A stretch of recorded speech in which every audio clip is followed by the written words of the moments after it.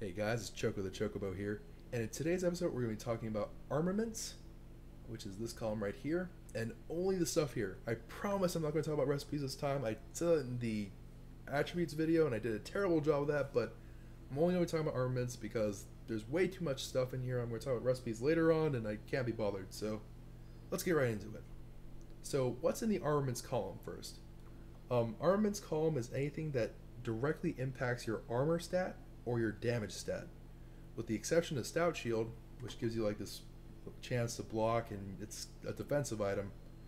Um, and it acts sort of like armor does in that it reduces the amount of damage you take more directly. Quan Blade, similar story.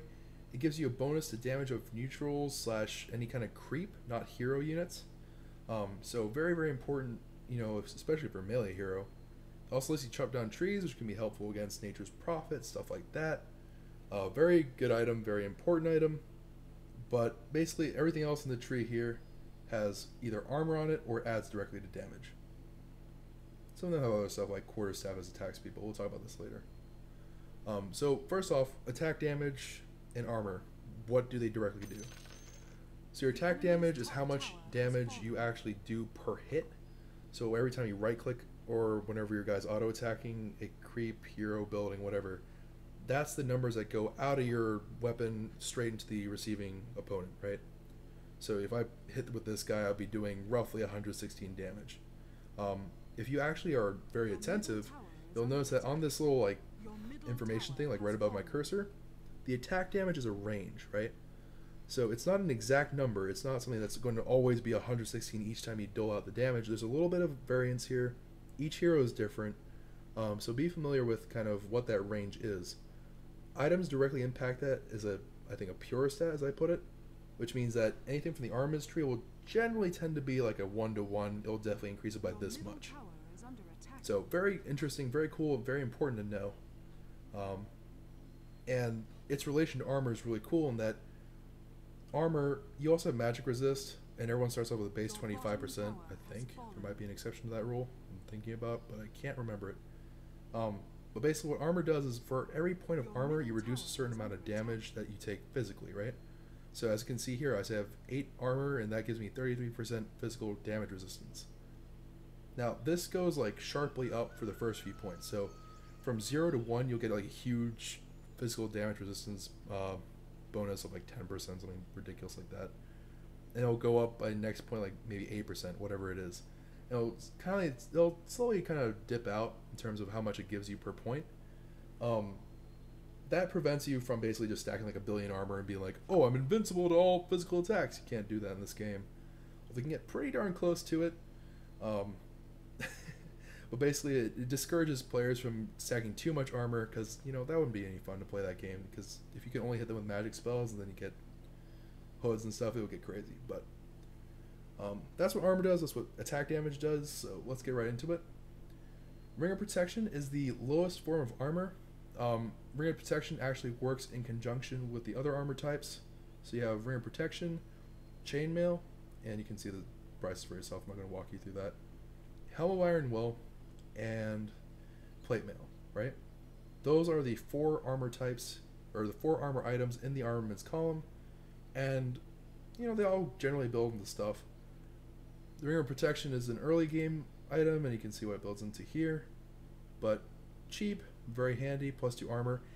You may notice, and this is very important because Alchemist is actually the reason why this became a huge problem, I think.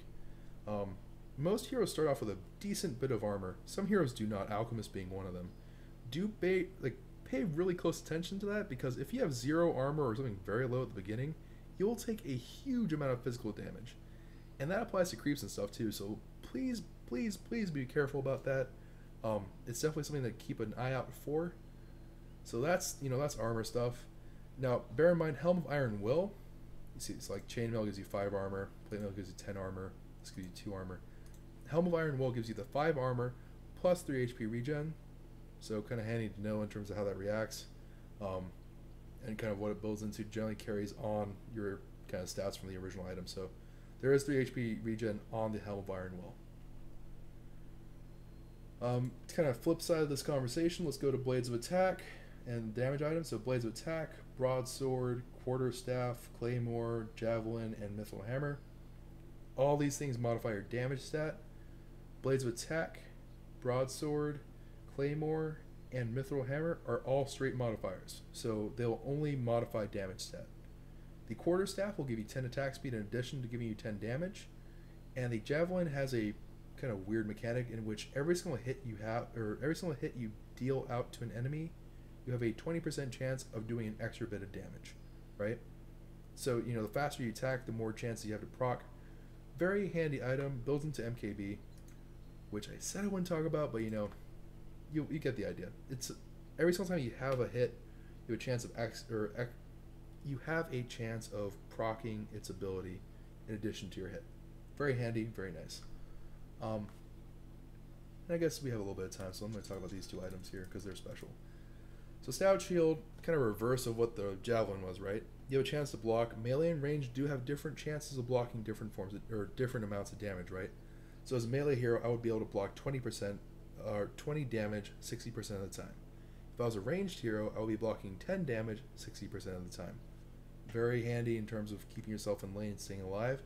Especially handy if you're someone that takes a lot of damage. No active, so you don't have to worry about that. Now, Quan Blade, right? If you're a melee hero, again, you get more benefit from this. You get a 32% bonus in terms of how much damage you do per hit, and 12% if you're ranged. Very handy for getting last hits, for, you know, kind of going into neutrals and jungling and stuff like that. This can actually change a game very dramatically at the beginning of it. It also has an active ability where you can chop down a tree. So if you saw the attributes, or not attributes, you saw the consumables video, you can notice that I could eat trees with a tango. The Quan Blade has an infinite number of that, where you can chop down a tree every 5 seconds. So just chop down a tree, 5-second cooldown, I can just keep on chopping away. Now this can open up a ridiculous amount of gang paths, and it's in general a very dangerous tool if put in the right hands. I'm not going to talk about gang paths in this tutorial, so you know, don't get too excited, but that is out there. That's what Quan Blade does. So that wraps up the armaments kind of section here. Please let me know what you think in the comments below, and let me know if I need to redo this or whatever. Be happy to do that for you guys. And other than that, you know, have a great and wonderful day, and I will see you in other videos. Ciao.